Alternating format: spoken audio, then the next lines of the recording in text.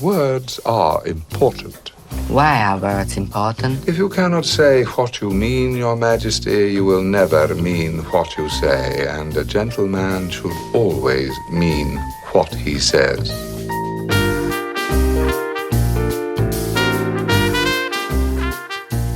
Hello, guys, and welcome to another episode of Hollywood Gold. I'm your host, Daniela Taplin Lundberg, and I'm here again with my right-hand woman, Becca Camerata. Hey, Bex, how are you? I'm good. How are you? I'm so good.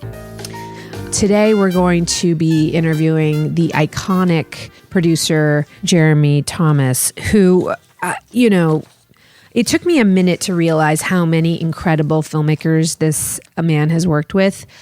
Most significantly, Bernardo Bertolucci. Mm-hmm. And we're going to be talking about The Last Emperor, which that film I had not watched in so long, and it is incredible. I mean, what a true feat of filmmaking. Bertolucci, like at his very, very best.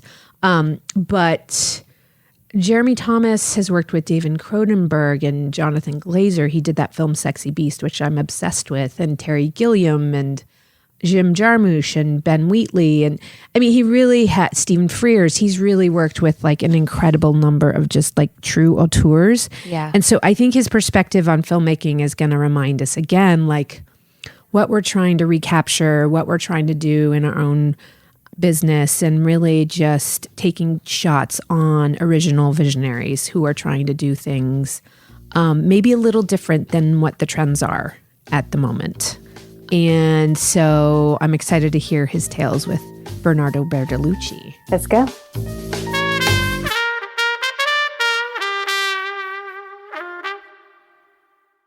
So the incredible Jeremy Thomas, what an honor and an event to be interviewing you. I have always known about you. My father was a producer, Jeremy. His name was Jonathan Taplin, and No. Well, I knew your father. He had a beard.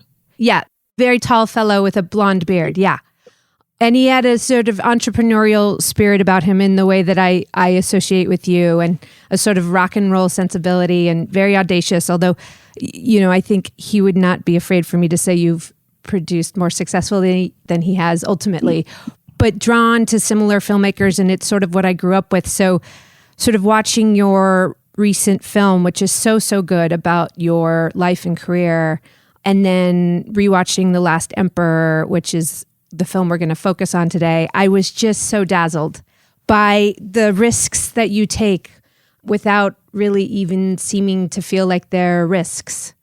So the sort of MO of this show is we take one iconic film and we explore the filmmaking and producing process and sort of learn more about who you are as a filmmaker through that one case study. So let's start with The Last Emperor.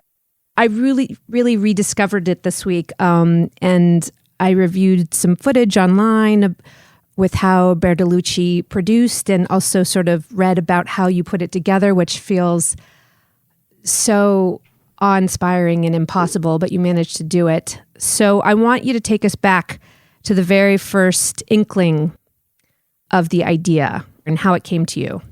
It was 40 years ago. It was a while. 40. And I'd been producing films since my mid-20s.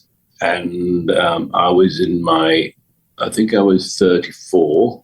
Okay. And I'd just made Merry Christmas, Mr. Lawrence, which was a challenging film in terms of the production, because we shot it it was set in a Japanese prison of war camp in Malaysia, and they shot it. It was very exotic and it was very successful.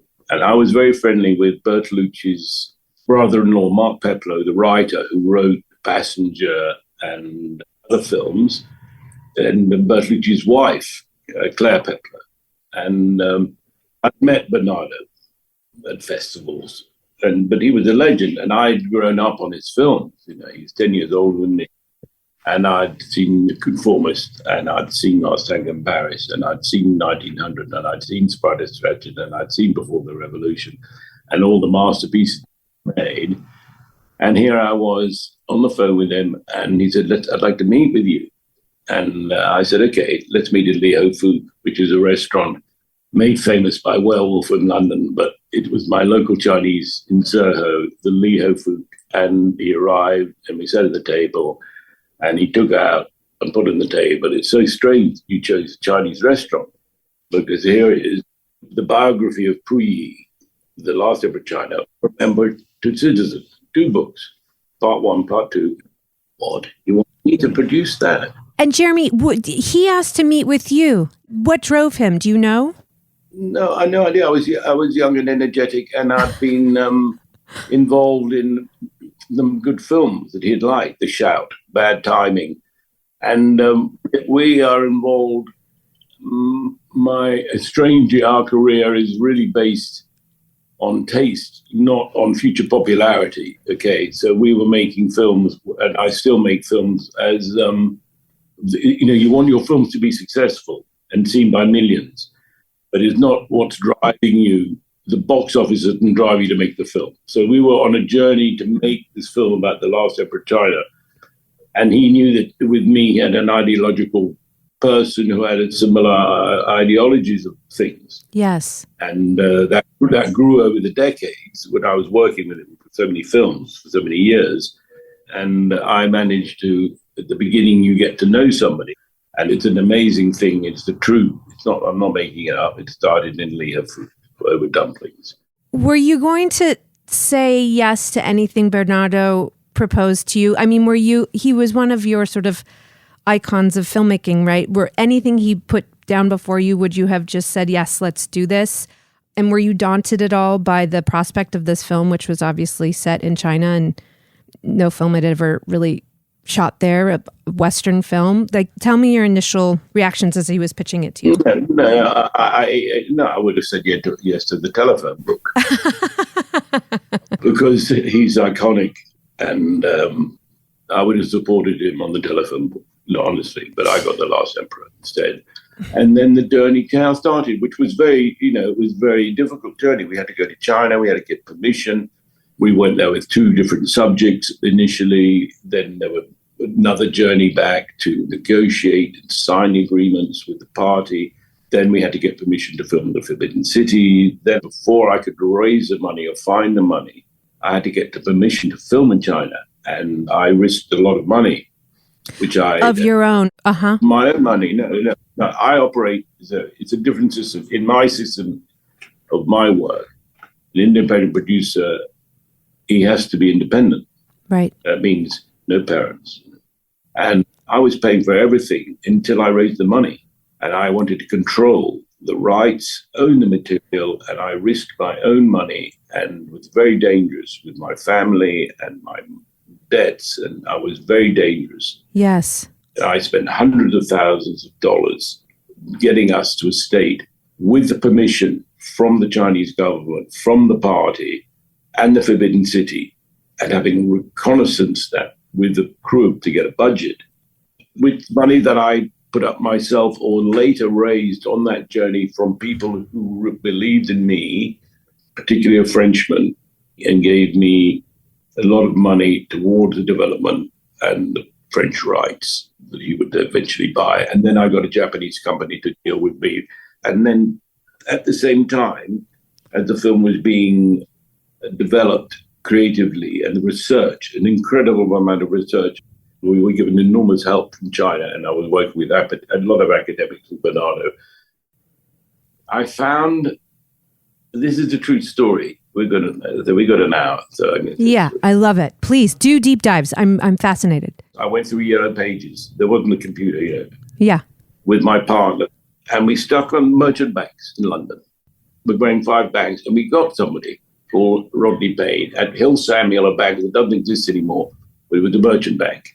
And Merry Christmas, no. Okay. Then we rang him back. It was a hit. So on this one, we rang him back and said, we're trying to promote this film in China. He said, amazing. The chairman of the bank used to run the Hong Kong Shanghai Bank, and he'd love to meet you. And we went to meet this man, and his name was Brian Quick. And he said, if you want the quick answer, he loved saying that because his surname was Quick. If you want the quick answer, if you get me a meeting with the head of the CITIC Bank in Beijing, with this man called Jing Shuping, who was Mao's banker, and he ran the financial system of China. Uh-huh. If you can get me a dinner with him, I'll fund you $25 million. No. So he flew out to China. I'm cutting the story short. We arranged a dinner with Bernardo at the top of the tower sitting. He had the dinner and talked in Chinese, a bit of Chinese, and was very happy. And I'm sure went on to do lots of business.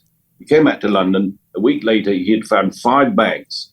We put $5 million in each. No. And we made the movie. Jeremy, stop, because I really am into process. I've produced 30 movies of my own. I raise a lot of independent financing. So all of this is incredibly fascinating to me. But this part that you jumped over is that you managed to get the dinner set with the head of Citibank in China.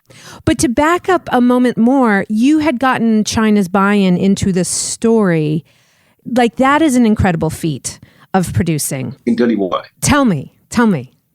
Well, I'm not alone. I have to give credit to many people around me as well. I was the main pilot, but I had a lot of help with me, including a man who'd been on the cover of Time magazine, was a Marxist. We were all pretty lefty guys. Sure. And we had no problem getting there. When we got there, I went to the British Embassy, and they had nothing to do with us. And then we went to the Italian Embassy, and they treated Bernardo like a god, and they helped us enormously. At Italy, from Marco Polo onwards, that had an incredible relationship with China and still does. And a lot of the students there were Italians, and all the petrol companies are there, and the Silk Road is still there, and everything is there. I see. For this relationship. That helped a lot, and that helped us politically. Plus, a vengeful interrogator in the film, who was a Chinese Minister of Culture, Ying Yusheng, Lao Ying, who had directed Arthur Miller's plays in Beijing, who was a famous actor and Minister of Culture, who had Last Tango in Paris as a DVD on his shelf in his house. He wanted it to be made. And then Bernardo told him, I want you to star as the interrogator at the end. You know, the person is in prison camp. Yes.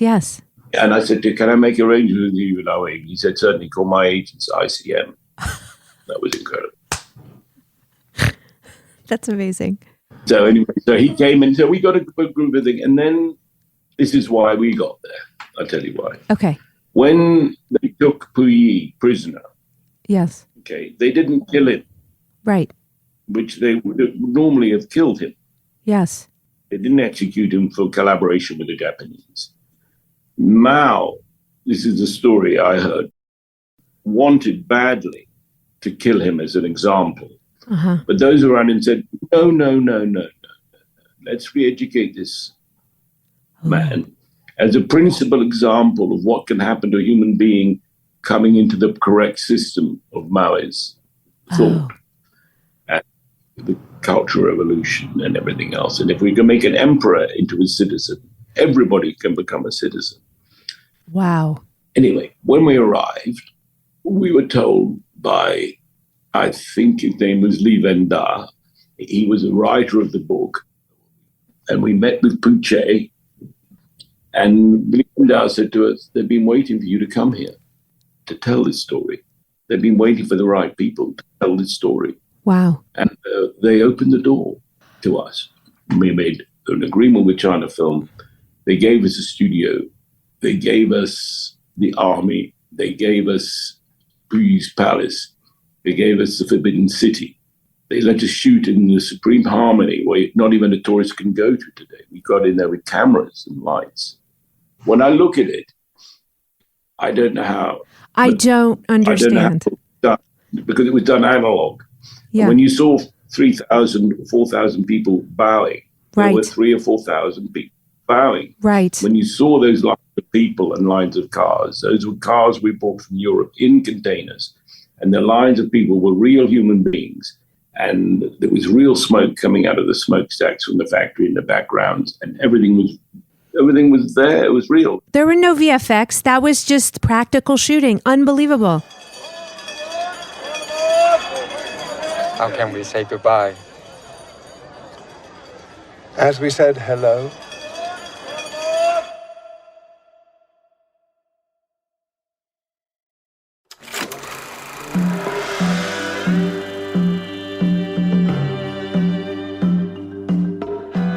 I just read a DGA interview with Bernardo just about the experience and shooting in the Forbidden City for the few days you were allowed to, or maybe it was just one day. We were there for several weeks, but in the Supreme Harmony we only had for 2 days. Yes, the Supreme Harmony, right. And all those people lined up, 3,000 people or however many, when the 3-year-old comes out and the yellow curtain sort of fans out, and just the sort of honesty with sending that little boy out and playing with the fabric and the curtain and seeing this like sort of incredible mass of people beyond. And you couldn't do that. It was all so organic, right? And so I attribute so much sort of, even as I'm talking about it, it is a very emotional thing because it felt so authentic, right? Because it was.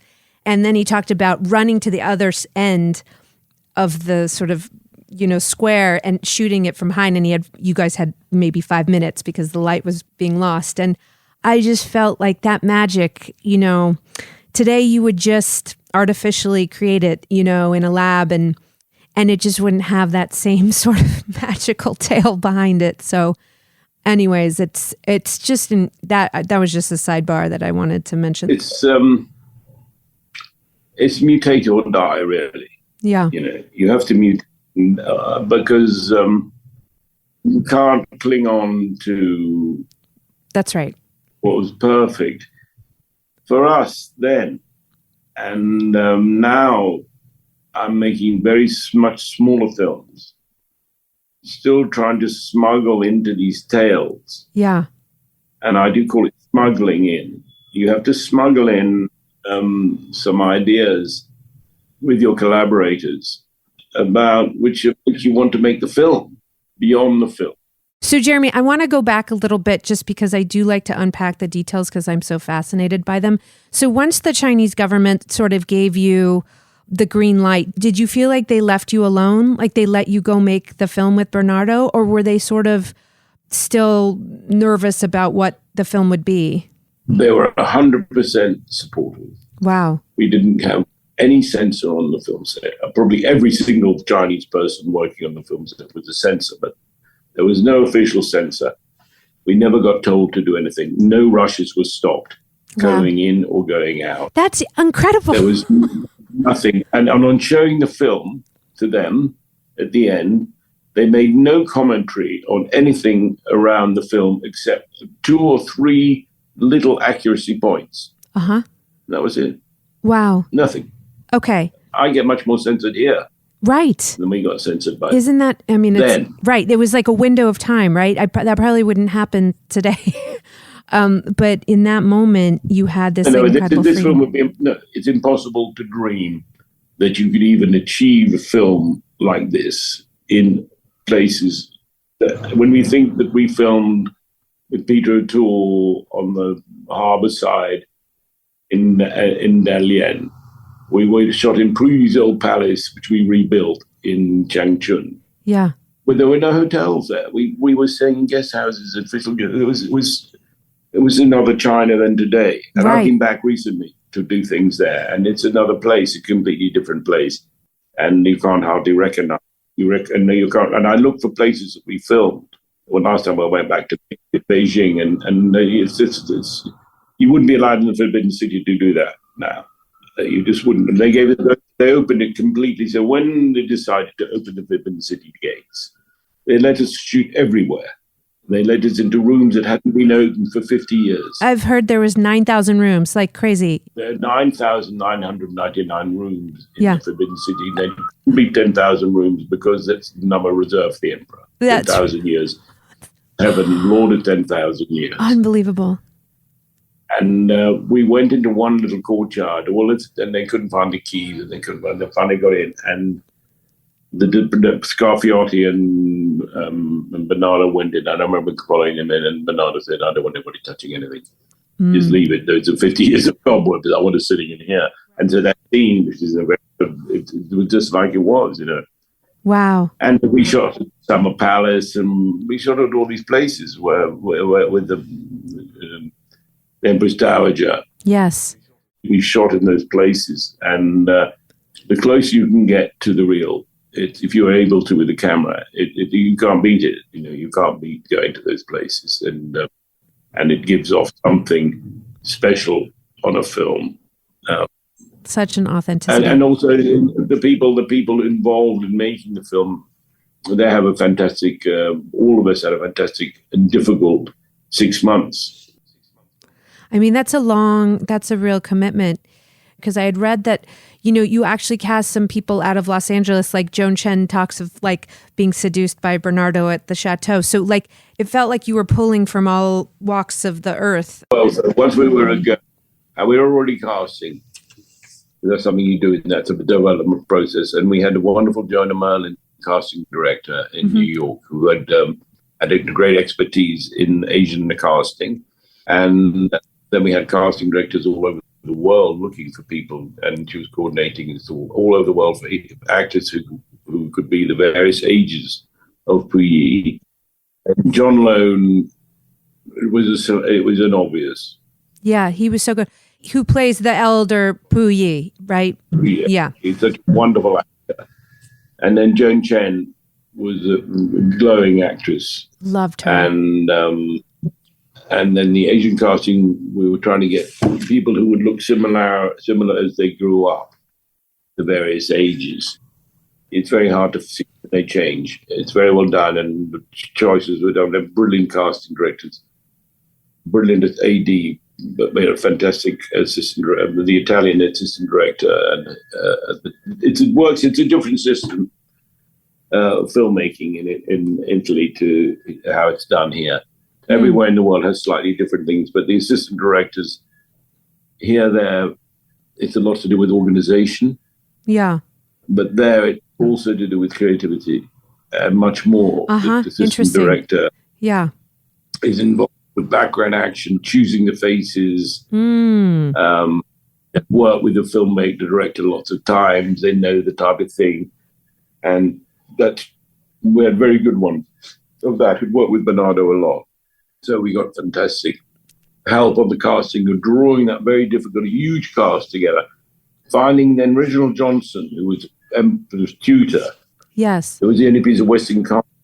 Yeah. And then, cast is cast. And initially approached Sean Connery. Okay. I met with Sean Connery in Rome at the Excelsior Hotel on the terrace. And he said, I would like the original Johnson, but Bernardo's a commie, I don't think I can do it. And then my uncle Gerald Thomas directed him in his first film, Time Lock. So I had a nice conversation with him, very nice with me. And asked me, Jeremy, I can't. And then Peter O'Toole, and he was really loved being there. And he said, I'm going to go to Confucius's birthplace whilst I'm there. I love Confucius. And he came with his, like somebody from the past. He arrived with a trunk, like a packing case, an old trunk, with his dresser, who would lay out all his things on the film set.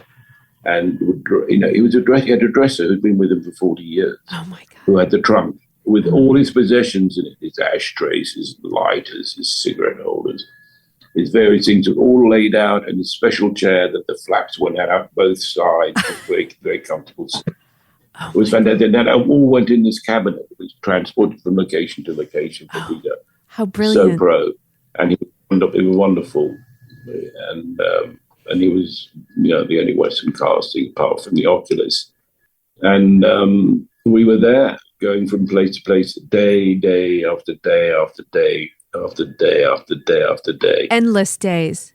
And then finally, we went back to Rome to finish off a couple of interiors, which we couldn't do there. You've worked with so many of the greats, Jeremy. I was just reading Frears and Wim Wenders and Cronenberg and Bertolucci quite a bit. What did you observe? Bernardo is all very enjoyable making films with him. But he's Italian. And Italians are the most enjoyable people to hang out with because they enjoy life in any race, pretty much at our experience. And they enjoy living. And the films were like fiestas. Okay, tell me more. Bernardo is very confident as a director and knows what he wants, and he knows that. And he liked to have a nice atmosphere at work, which when you have lunch, we used to have a proper lunch, and wine. Oh my God. I love it. And wine.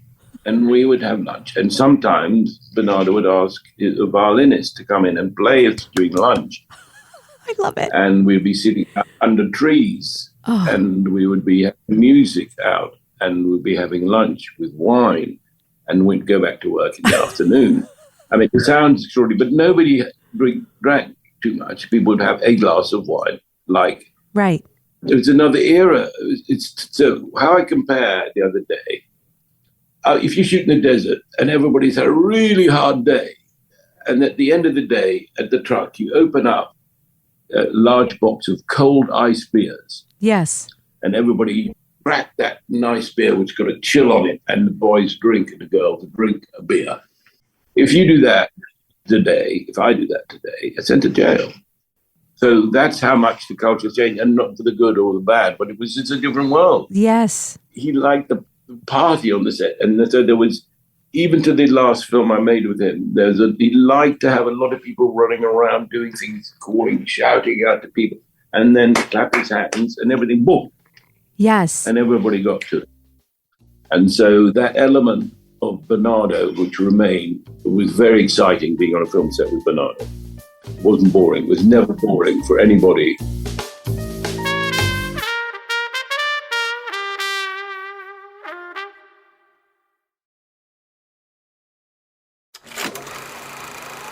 The Forbidden City had become a theater without an audience. So why did the actors remain on the stage?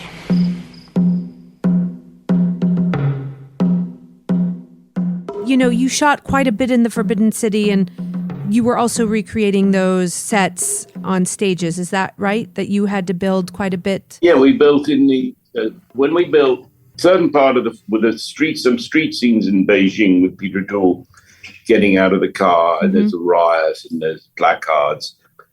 We built a film set. Okay. And normally you build a film set out of frontage, and tubing. Yes. So when we arrived, first of all, we planned it. Then we came back. The film set was built out of bricks and had running everything. It was built out of bricks, yeah. So normally you build lightweight material that can be taken down easily, right?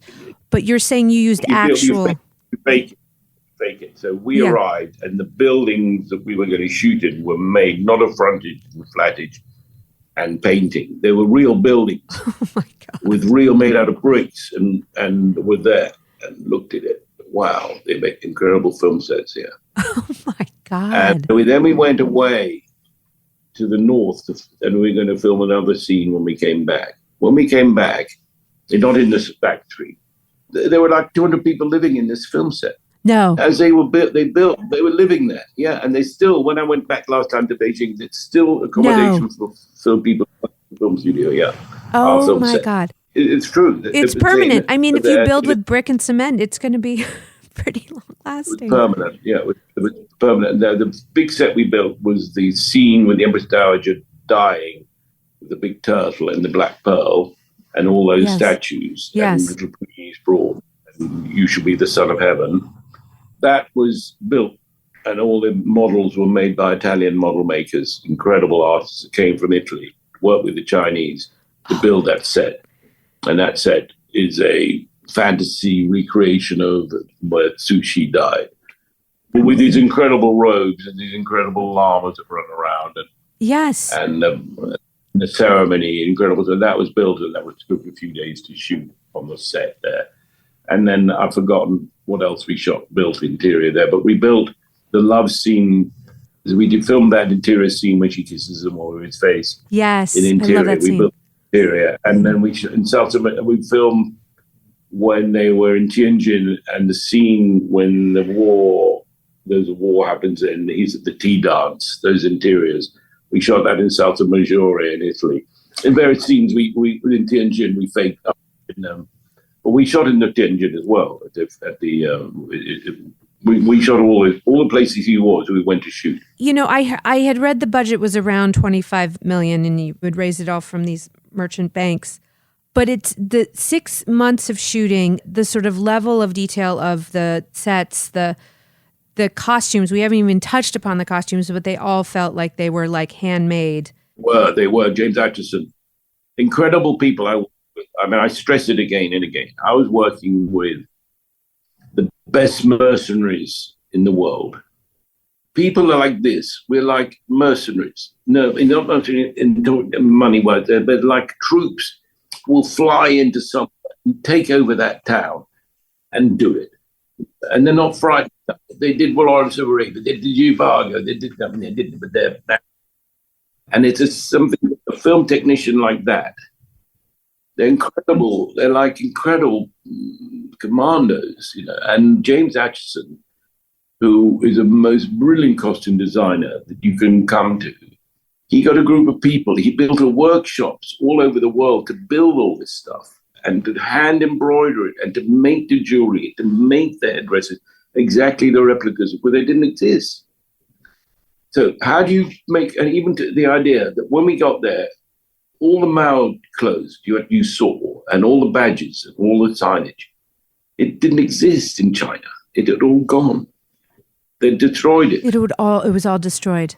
Oh my God. And we all had to get in Berlin or in Czechoslovakia. We're collectors. We had to pull all this stuff together. Oh my God. We had to pull all that detail, all that history, all that accuracy.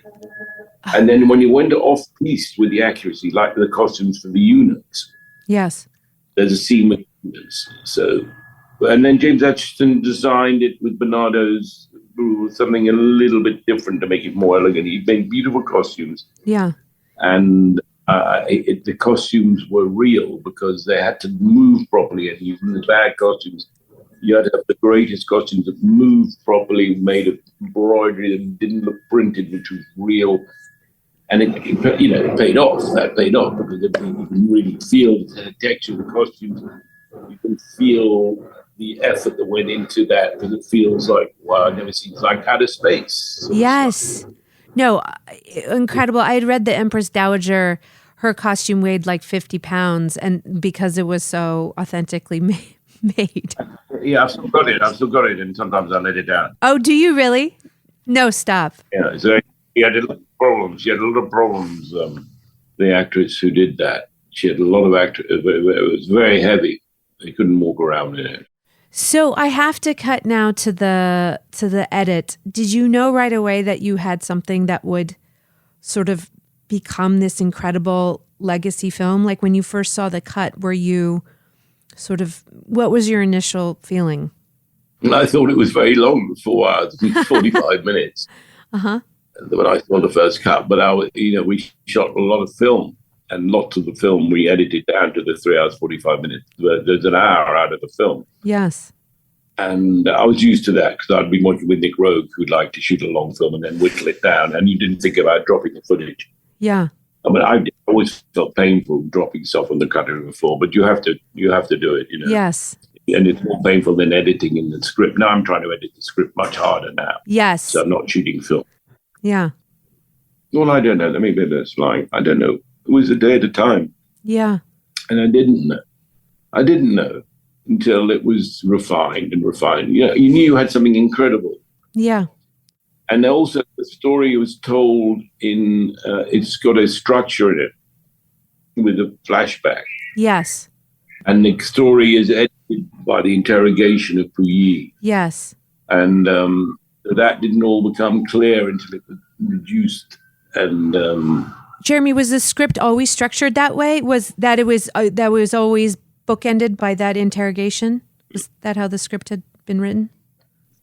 Yeah, that was designed like that. The interrogation was the sort of the structure of the film and the screenplay, and it was a very, very good screenplay. And when you have a very good screenplay, you hope the film is going to be good. Well, Jeremy, this was so incredible. Just tell me one more thing. You won 9 Academy Awards for your film.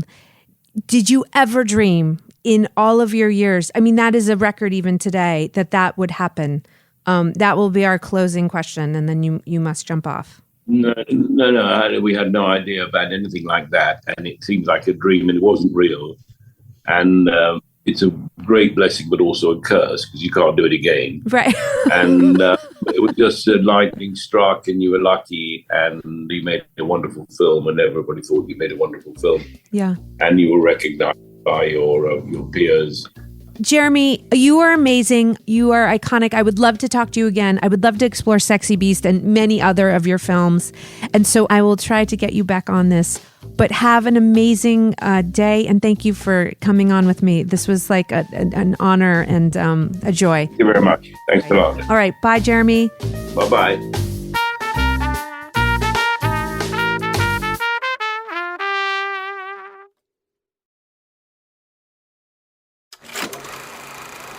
You saved my life to make me a puppet in your own play. You saved me because I am useful to you. Is that so terrible? To be useful?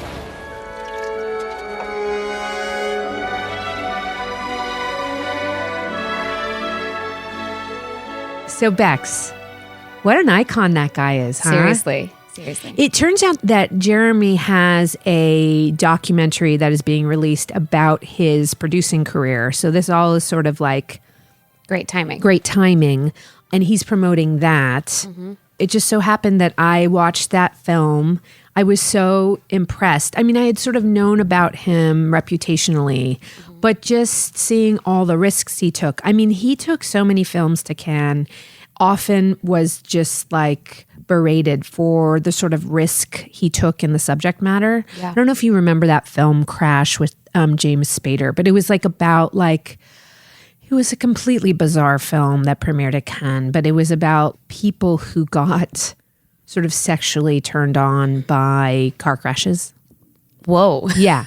You may not have seen it. I mean, it was before your time. But in any event, like he has no fear, you know, even all the Bertolucci films were like very, very controversial, with the exception, you know, I think of The Last Emperor, which was like universally lauded and won 9 Academy Awards and was just everything it was nominated for, it won. And he was the sole film producer on it. Well, it was, for me, what was really interesting about hearing him talk about this process was it was such a different time in filmmaking. Yes. So it kind of reminded me of when the very first episode we ever did with your dad talking about Mean Streets. Yeah. Mm-hmm. Independent producing was fully independent. It was like you had to have the money. Yeah. You just went and made a movie. Right. And then hope that someone would buy it. Like these systems weren't in place the way that they are today. So the fact that he took this meeting in a Chinese restaurant about this movie and then was like, yeah, I'm just going to do this. We were talking about in the last episode how since we're such a small company, we have to have full faith in the projects that we do because every time you make a movie, it's risky. Yeah. But this one at that particular time for him seemed like a huge risk. Yeah. And one that paid off in spades. You know? Well, and also, I mean, just the very notion of The Last Emperor was based on literally The Last Emperor's memoir. And this was the fall of the regime and, you know, communism sort of sprouted up after it. And it was sort of contingent on shooting in China, in the Forbidden City, in these locations that no Western film had ever shot in. I mean, even the notion of that today would never happen. First of all, we're in a very, very different place politically. But, you know, Jeremy was English. Bernardo Bertolucci was Italian. I think the Italians and the Chinese at the time had a pretty warm relationship. And I think that was part of the reason that the Chinese allowed this to happen. Okay. But I can't even imagine doing, you know, pulling off this feat of financing and interaction with the Chinese government, and then the government just allowing them to go and shoot whatever they wanted. I mean, Jeremy was quite clear that they kind of just were like, okay, yeah, we'll allow you into these places that no one has ever shot a piece of film in. Yeah. And we'll trust that the film is going to be, you know, positively reflective of China. I just don't think those sort of relations exist anymore. There is not that level of trust. So it was kind of incredible to hear about that, but also in the way in which he financed it. I guess he happened to take a meeting. It was sort of like he didn't know how he was going to finance it. And he ended up meeting with a banker who said, I want to start relations with a Chinese bank. If you can get me a meeting at a Chinese bank, I will have 5 other banks put in $5 million. And that's how they ended up That's incredible. financing the film. Isn't Sometimes that crazy? it's all just luck and timing and fate. Totally. when it comes to things like this. And just like one dinner meeting that went well, positively, started a relationship between an English bank and a Chinese bank, like got the entire film financed. It's incredible. It's incredible. I was also, I mean, not to harp on this either, but how often is there only one producer on any film Oh my now? gosh. That never happens. Never. Like one guy responsible for the whole thing. I was like, wow, you are a badass. Yeah. All right. Well, that was so great. So fun to explore that film. I like doing new movies and old movies. It's a good exercise for us to remember the value of all these movies that somehow have like created long-lasting legacy for whatever reason. Yeah. But for all different reasons. So that was a great one. Yeah. All right, Bex, you do the wrap up. Thank you all for listening. Please remember to like and subscribe. Yep. Follow us on Instagram at Stay Gold Features. Message us with any questions, comments, any movies or producers that you would like us to interview. Yes. And always remember to stay gold. Stay gold, people.